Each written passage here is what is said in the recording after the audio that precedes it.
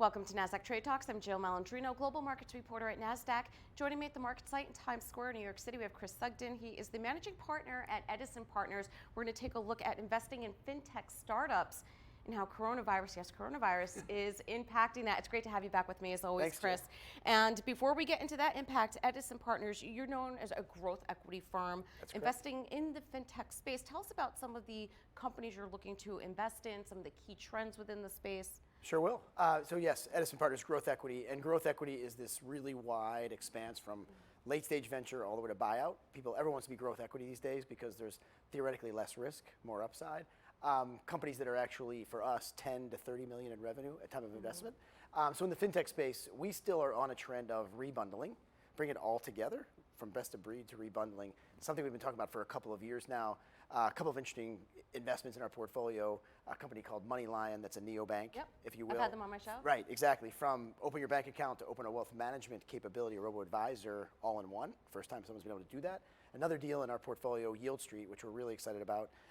Lots of alternative investment platforms out there. This is a wealth management platform with alternatives as the theme.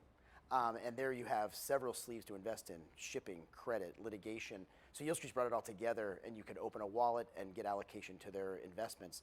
Long story short, those are consumer deals meets enterprise. On the other side of it, on the enterprise, we were just seeing before this corona crisis, if you will, the strategics start to get back in the market. What we were seeing was the financial buyers were all over the FinTech market. And as we saw with Plaid, we have a previously announced deal where our company in the capital markets trading space, Clearpool, announced with BMO a transaction. And we got one other under sort of NDA at this point, can't announce it, but strategics were coming back, realizing it was time to go invest in these startups in the FinTech space. And suddenly I'm wondering, we're only 2 weeks into this or 3, is this going to slow them down? Right now we're not seeing that, however. It's still moving at a pretty brisk pace. Well, it's interesting. It's actually refreshing to hear you say that you're looking at companies that are already generating There's revenue. a there. Yeah, like if there's an actual business model and it's making money and it's not just a fabulous marketing story. Exactly. Big difference. We saw that in 2019. Well, we're sort of facing, there was even before this last, again, few weeks of crisis, a bit of a reckoning. And I don't know if we want to go back to WeWork or other issues, but were we going to play all in for growth, or are we going to actually balance a growth and profitability story? I think this crisis has magnified it even more. But right now, I think the trade really is, would I be a 50% grower with either a real path to profitability or actual profitable business model, or do I want to be a 200% grower and hope the next round's around the corner? I think we're seeing more of the former than the latter. And just 6 months ago, it was all in on the latter, right? Give me hyper growth, grow at all costs mentality. That's changed pretty significantly. And in a way, I'm on the side of the former because public investors, when they eventually get a piece of the deal, are always the ones left holding the bag, if you will. And in markets like this, where you need to have that strong cash, you need to be able to navigate these environments. I think it's a good thing that people are reevaluating how they're looking at deals, how they're looking to get into investments. So even with that said, with the coronavirus, do you think it's going to slow down the private markets, or people are going to stop being as entrepreneurial as they are? Right. I think everyone in our business has their Monday meetings, and everyone's trying to figure this out, and has a perfect crystal ball. We look back at some data, so we've been around 35 years investing for that long. The last time we've seen anything like this was the Great Recession, right? 08, 9, 10. The last time we saw any real pullback like this in the public markets, it takes entrepreneurs a while to catch up.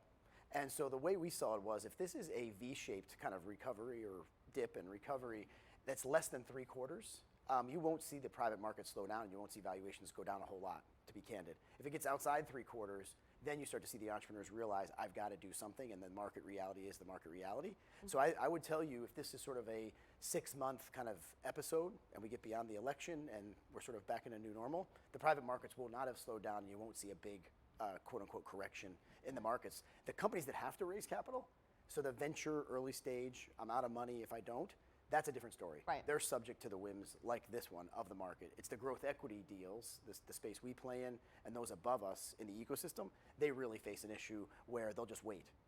Well, that could be great for 2021 or towards the back half of the year. Exactly right. There's so much pent-up demand. That's exactly right. That's out there. Absolutely right. Absolutely right. I think what you're seeing is, again, no crystal ball. I try to read and talk to all the experts. You're going to see earnings pull back, right? Just flat out. So 2-3 quarters. Again, you had the election kind of overhang anyway. So is this going to be a strange year as it was? Probably. We probably went into Q3 before we saw anyone sort of say, let's wait. Now you're going to have everyone wait now. So the public markets are going to slow down clearly in terms of new listings. We've seen that. But again, I think the private markets, you may see things reprice a little bit, things take longer.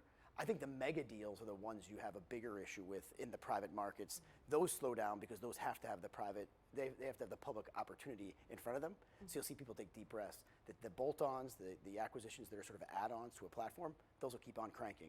We play a lot in the $300 million to $1 billion exit kind of market. That seems to be pretty darn robust. And as we know, the private markets are full of capital, right? We've had record fundraising year after record fundraising year.